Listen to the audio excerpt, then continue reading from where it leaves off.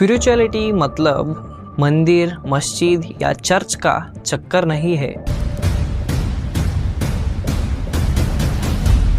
17 साल तक वो स्वामी मौन में थे और जब बात की तो कहा, मुझे जीव समाधि लेनी है। वो बेवकूफ़ लोग बोले, अरे सद्गुरु ने अपनी पत्नी को मार दिया, उसको टॉर्चर किया। अब बोल, जो लोग सद्गुरु पर एलिगेशंस लगाते हैं उनमें है किसी में दम? अरे ब्लेडी इडियट्स, इनके बाप भी नहीं कर सकता ये काम। यहाँ पर स्टूडेंट को सिर्फ यूनिवर्सिटी के लिए नहीं बल्कि पूरा यूनिवर्स के लिए प्रिपेयर करते हैं। सद्गुरु पे एलिगेशन लगाने वाले ना ज़्यादातर वही कुत्ते होते हैं जिनको स्पिरिचुअल पाथ की खुशबू तक नहीं आती। और ये बात कुछ लेफ्टिस्ट लोगों को और सो कॉल्ड इंटेलेक्चुअल बेवकूफ़ों को हजम ही नहीं होती। कट्टरपंथी मौलाना लोगों ने मेरे लड़की को मुसलमान बनवाया है। Just a girl has allegedly been abducted and forcibly converted. 3 Hindu girls there who said they were trapped and forcibly converted. After 2 Sikh girls were allegedly forcibly converted and married to older men. आज हम बात करेंगे एक ऐसा व्यक्ति के बारे में जिनका नाम सुनते ही पूरा इंडिया डिवाइड हो जाता है। कोई कहता है वो एक स्पिरिचुअल लीडर है और कोई कहता है वो एक गुरु है और दूसरे लोग कहते हैं वो एक वेल एग्जीक्यूटेड बिजनेसमैन है। मैं बात कर रहा हूँ जग्गी वासुदेव, जिसे दुनिया सद्गुरु कहती है। अब सवाल ये है, ये आदमी कौन है? एक योगी, एक स्पिरिचुअल लीडर या फिर एक कॉर्पोरेट ब्रांड जो क्रोर्स कमा रहा है? आज मैं आपको बताऊंगा वो चीज़ें जो आपने कभी नहीं सुनी होगी। सद्गुरु का जन्म हुआ था 3 सितंबर 1957 को। बचपन से ही वो अलग थे। जब कॉलोनी के बच्चे क्रिकेट खेल रहे थे, फुटबॉल के पीछे भाग रहे थे, तब ये लड़का घंटों तक एक छोटा पानी का बर्तन देखकर बैठे रहता। रात का अंधेरा जिसमें आम बच्चे काम जाते हैं, ये बच्चा उसी अंधेरे को घंटों तक घूरता था और कहता, इसमें भी एक ब्यूटी है। उनके पिताजी B.V. वासुदेव एक ophthalmologist in the railway hospital. पिताजी को अपने बेटे की चिंता थी। ये दूसरी बच्चों की तरह नॉर्मल क्यों नहीं है? ना ही स्कूल जाता है, ना ही खेलता है। उन्हें लगा शायद साइकियाट्रिस्ट को दिखाना पड़ेगा। पर दोस्तों, यही अलगपन जग्गी वासुदेव को दुनिया का एक बड़ा नाम बनाने वाला था। 5 बच्चों में से सबसे छोटे थे सद्गुरु और स्कूलिंग मैसूरू में की। सिर्फ 12 साल की उम्र में ही उन्हें एक गुरु मिले, मल्लाडीहल्ली श्री राघवेंद्र स्वामी जी, और वहीं से उनका योगा का सफ़र शुरू हुआ। और आज आप देख रहे हो, सद्गुरु एक नाम नहीं, एक ब्रांड है। सद्गुरु एक व्यक्ति नहीं, एक विचार है। एक ऐसा विचार जो लाखों लोगों की जिंदगी बदल रहा है। और उनका सफ़र यहीं तक सीमित नहीं होती। असल कहानी तो अब शुरू होती है। सद्गुरु ने जब 12th कंप्लीट किया, घर वाले एक ही बात रिपीट कर रहे थे, डॉक्टर बन या इंजीनियर बन। लेकिन उस बंदे ने सीधा उल्टा जवाब दिया, मुझे इंग्लिश लिटरेचर लेना है। और सोचो, उसने लिया भी यूनिवर्सिटी ऑफ मैसूरू से इंग्लिश लिटरेचर। अब तुम सोचोगे नॉर्मल स्टूडेंट की तरह क्लास अटेंड करेगा, नोट्स लिखेगा, पढ़ाई करेगा। नहीं भाई, ये बंदा कॉलेज में रोज़ क्लास अटेंड ही नहीं करता था। स्टिल पूरा यूनिवर्सिटी में 2nd रैंक लेकर निकला। मतलब तुम्हारे सिलेबस के रट्टे और कोचिंग के बावजूद जो रिजल्ट तुमसे नहीं आता, वो ये बंदा बिना रेगुलर क्लासेस के लेकर आया। पर घर वाले बोले, बेटा अब कमाओ भी कुछ। तो सद्गुरु ने बिजनेस शुरू किया। पहला पोल्ट्री फार्म, फुल सक्सेस। उसके बाद कंस्ट्रक्शन बिजनेस। उस कम उम्र में भी अपनी स्किल से धंधा आगे बढ़ाया। मतलब जो बंदा क्लास अटेंड नहीं करता, वो रियल वर्ल्ड में पैसे भी कमाने लगा था। लेकिन हर इंसान की लाइफ में एक टर्निंग पॉइंट आता है और जग्गी की लाइफ का टर्निंग पॉइंट आया 23 सितंबर 1982 को, मैसूरू के चामुंडी हिल्स। मैसूरू वाले जानते हैं, वहाँ लोग खुशी, टेंशन, सैड कुछ भी हो हिल पे चढ़ जाते हैं। जग्गी भी गया, एक पत्थर पे बैठा गया और मेडिटेशन स्टार्ट कर दिया। उस दिन जो हुआ वही उसे बनाया गया आज का सद्गुरु। उनके आंखों से टीयर्स ऑफ एक्सटेसी बह रहे थे और अंदर एक ऐसा एक्सपीरियंस एकदम नेक्स्ट लेवल। उन्हें लगा कि दुनिया अलग नहीं है, मैं ही दुनिया हूँ और दुनिया ही मैं हूँ। और समझ लो, ये एक्सपीरियंस हर किसी के बस की बात नहीं है।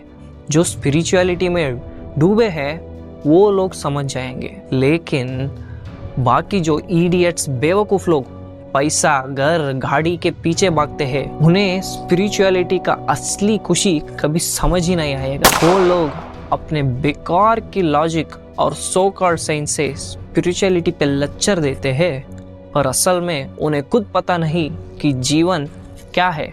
ब्लडी क्लूलेस लोग ये बस शोर करते हैं एक्सपीरियंसेस जीरो। और फिर जग्गी जी वहाँ बैठे बैठे सोचा कि शायद मैं 10 से 15 मिनट बैठा हूँ, लेकिन जब आंख खोली, भाई साहब पूरा 4-1.5 घंटे बीत गए थे। और ये एक ही बार नहीं हुआ, दूसरे बार तो सीधा एक गांव में मेडिटेशन में बैठा।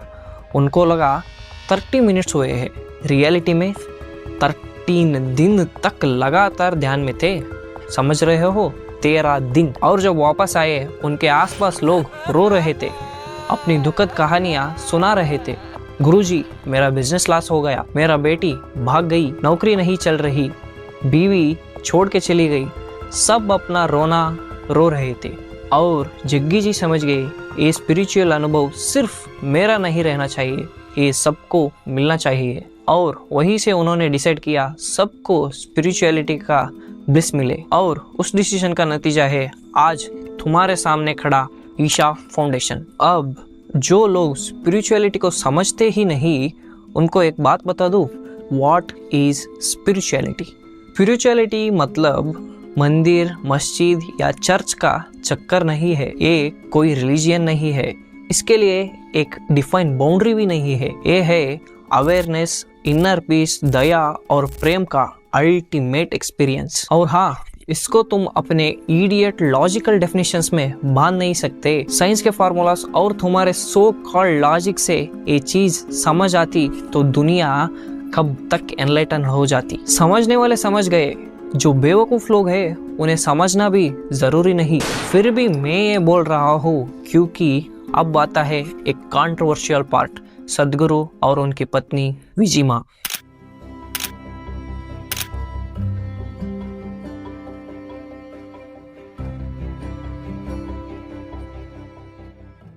विजिमा ने सदगुरु को पहली बार एक फंक्शन में देखा और बस फर्स्ट साइट में रो पड़ी। कोई वजह नहीं, बस रोती रही। और यहीं से उनकी प्यार की कनेक्शन की शुरू हुई थी। सदगुरु ने अपना नंबर दिया और बोला, अगर मेरे पिताजी फोन उठाएंगे तो बात मत करना, सिर्फ मैं उठाऊं तब बात करना। समझ रहे हो लेवल ऑफ इंटेंसिटी। ऐसे ही धीरे धीरे प्यार हुआ और फिर दोनों की शादी हो गई शिवरात्रि के दिन इरुप्पू वाटरफॉल्स के पास। जिन्होंने स्पिरिचुअलिटी का मतलब जानते हैं, उनको पता है महासमाधि क्या होता है। Another way of describing a samadhi is your contact with the body becomes minimal in samadhi states. It can be brought down to one pointed contact. Then we say it's a nirvikalpa samadhi, where your point is just one, your contact with the body is just one pointed like this thread. You just hold it at one point, you hold your body at a distance and live for some time. If you break that, then it's mahasamadhi. सदगुरु और विजिमा की married life बहुत अच्छी चल रही थी।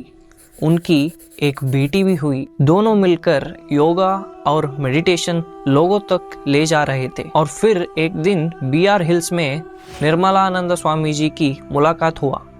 17 साल तक वो स्वामी मौन में थे और जब बात की तो कहा, मुझे जीव समाधि लेनी है। सदगुरु ने खुद निर्मलानंद स्वामी जी को महासमाधि अटेंड करने का ज्ञान दिया था। उस समय विजिमा भी वहाँ थी। उन्होंने सब सुना और समझा। एक दिन उन्होंने भी कहा, मैं भी अपना देह त्याग करना चाहती हूँ। सदगुरु ने रोका और बोले, ये सब महासंत के लिए होते हैं, तुम क्यों करना चाहती हो? लेकिन विजिमा रुकने वाली नहीं थी। उन्होंने अपनी डिवोशंस के रास्ते पर चलकर महासमाधि ले लिया। और फिर शुरू हुआ ड्रामा, बेवकूफ लोगों का ड्रामा। और वो बेवकूफ लोग बोले, अरे सदगुरु ने अपनी पत्नी को मार दिया, उसको टॉर्चर किया। विजिमा के पिताजी ने कंप्लेंट भी दिया, पर रियलिटी में कुछ प्रूव नहीं हुआ क्योंकि सब झूठा था। जो उन दोनों को पर्सनली जानते हैं उन्होंने देखा कितना प्यार, कितना सपोर्ट और कितनी वननेस थी इन दोनों के बीच। ये सब एलिगेशन सिर्फ उन्हीं कुत्तों के हैं जिनका एजेंडा है भारत की कल्चर को बर्बाद करना और सद्गुरु जैसे लोगों को मेंटली ब्रेक करना। और सुनो, जब विजी माँ ने महासमाधि लिया तब लगभग 3000 लोग प्रेजेंट थे। आज भी उनकी समाधि एक पवित्र स्थल है, वहाँ जाओ तो एक अलग ही डिवाइन एनर्जी फील होती है। और अगर अभी भी डाउट है तुम्हें तो जाओ और सद्गुरु एक्सक्लूसिव सीरीज देखो। 10 से 12 एपिसोड्स है उसमें उनके पर्सनल लाइफ दिखाई गई है। उसको देखने के बाद तुम्हारा इडियाटिक डाउट्स उड़ जाएंगे। आज की सो कॉल्ड लग्जूरियस जनरेशन जहाँ एक क्लिक पर सब मिल जाती है, जो चाहिए अभी के अभी। हमारे पूर्वज जिनके पास ज्यादा कुछ नहीं था वो कितनी खुश और शांति के साथ जीते थे, और हम हर चीज होने के बाद भी उनके आधे जितने भी सुकून और खुशी महसूस नहीं कर पा रहे। क्यों? क्योंकि हमारी मेंटलिटी पूरी तरह से भर चिपकी है। वेस्टर्नाइज्ड लाइफस्टाइल के कुत्ते बन गए हैं हम लोग। इस गंदापन को तोड़ने के लिए, इंसान को अंदर की तरफ मोड़ने के लिए सद्गुरु ने 1994 में ईशा फाउंडेशन का स्थापना किया। ईशा का मेन पर्पस था योगा, मेडिटेशन और प्राणायाम को ऐसे बताना एक आम आदमी भी समझ सके। कोई रॉकेट साइंस जैसे टफ ज्ञान देना नहीं, सीधे दिल तक पहुंचाने वाली बात। फिर आए उनके बड़े बड़े मोमेंट्स। कावेरी कॉलिंग। कर्नाटका और तमिलनाडु में सद्गुरु ने 12.2 करोड़ से ज़्यादा पेड़ लगवाए और 2.38 लाख फार्मर्स ने ट्री बेस्ड फार्मिंग अडॉप्ट किया। ये दुनिया का सबसे बड़ा फार्मर ड्रिवन इकोलॉजिकल इनिशिएटिव है। और हाँ, सेलिब्रिटीज भी इसको सपोर्ट किया। The water in our rivers is drying up. Kaveri मर रही है। We hear about our farmers committing suicide every day. ಇವತ್ತು ಬಂದಿರೋ ಪರಿಸ್ಥಿತಿ ನೀವು ಕೇಳಿದ್ರೆ ನಿಮಗೆ ದಿಗ್ಭ್ರಮೆ ಆಗುತ್ತೆ. சோறு கொடுக்கிற டெல்டா பிரதேசமே வறண்டு போயிருக்கு. Kaveri, ನಮ್ಮ ತಾಯಿ. और इसे बचाने के लिए बस एक ही रास्ता है, By planting trees in the Kaveri basin. इसमें हमारी और हमारे किसानों की मदद कीजिए। मैं शुरुआत करना चाहूंगा कावेरी नदी से। This is the time to act. जय हिंद। दूसरी मूवमेंट, रैली फॉर रिवर्स। सद्गुरु ने 9300 किलोमीटर बाइक चलाई, 16 स्टेट्स कवर की, सिर्फ इसलिए लोगों को नदियों के महत्व के बारे में जगाना चाहते थे। सेव सॉइल मूवमेंट, ये तो उनका धमाकेदार मूवमेंट था। सोचो, 64 साल की एज में एक बंदा अकेला मोटरसाइकिल लेके 100 दिन में 27 देश कवर करता है। अब बोल, जो लोग सद्गुरु पर एलिगेशंस लगाते हैं उनमें है किसी में दम? अरे ब्लेडी इडियट्स, इनके बाप भी नहीं कर सकता ये काम। ये सिर्फ प्रोटेस्ट नहीं था, इसके रिजल्ट में 81 कंट्रीज ने गवर्नमेंट के पॉलिसी लेवल पर सेव सॉइल को अडॉप्ट किया। और अब बात करते हैं ईशा संस्कृति की। आज के बच्चों को अपनी संस्कृति पर गर्व ही नहीं है। क्या आपने कभी सोचा क्यों? क्योंकि पेरेंट्स ने अपने बच्चों को अपने रूट्स, अपने धर्म के बारे में बताया ही नहीं। सब लोग बस वेस्टर्न कल्चर के पीछे भाग रहे हैं। इसलिए सद्गुरु ने ईशा संस्कृति को शुरू किया। ये सिर्फ स्कूल नहीं है, ये एक गुरुकुल है। यहाँ सिर्फ मैथ्स, साइंस, सोशल ही नहीं, योगा, आयुर्वेदा, सिद्ध योगा, हठा योगा सब सिखाया जाता है। म्यूजिक और डांस भी। और हाँ, mother of all martial art Kalaripayattu भी यहाँ सिखाई जाती है। यहाँ पर स्टूडेंट को सिर्फ यूनिवर्सिटी के लिए नहीं बल्कि पूरा यूनिवर्स के लिए प्रिपेयर करते हैं। और सुनो, सद्गुरु पे एलिगेशन लगाने वाले ना ज्यादातर वही कुत्ते होते हैं जिनको स्पिरिचुअल पाथ की खुशबू तक नहीं आती। 2012 में एक केस हुआ था। बोलते हैं एलिफेंट कॉरिडोर तोड़ दिया, एलिफेंट्स को डिस्टर्ब किया। बेवकूफ लोगों का कहना था कि ईशा फाउंडेशन ने 20.8 हेक्टर्स ऑफ फॉरेस्ट लैंड को एक्वायर कर लिया बिना डिस्ट्रिक्ट कलेक्टर या पोल्यूशन कंट्रोल बोर्ड के परमिशन के। मद्रास हाई कोर्ट ने खुद इन्वेस्टिगेशन किया और RTI record clear है that no land encroachment occurred. समझे? 1 इंच लैंड भी सदगुरु ने नहीं लिया। If there is an inch of land, just an inch of land taken from anybody, I will leave the country. Is that good enough? जो campus बना है वो पूरा पट्टा लैंड पे बना है, यानी प्राइवेट लैंड जो रजिस्टर्ड डॉक्यूमेंट्स के साथ परचेज किया गया था। अब अगर आप हिस्टोरिकल एविडेंस देखो तो रिकॉर्ड्स में क्लियरली दिखता है फॉरेस्ट एरिया और प्राइवेट लैंड अलग अलग मार्क्ड है और कंस्ट्रक्शन सिर्फ प्राइवेट लैंड पर ही हुआ है। और अगर आपको टेक्नोलॉजिकल एविडेंस चाहिए तो गूगल अर्थ इमेजेस अवेलेबल है। उन इमेजेस में क्लियरली दिख जाता है कि जहां आदियोगी स्टैच्यू और ईशा फाउंडेशन बनाया गया वो फॉरेस्ट लैंड नहीं है। Images are only available from 2006।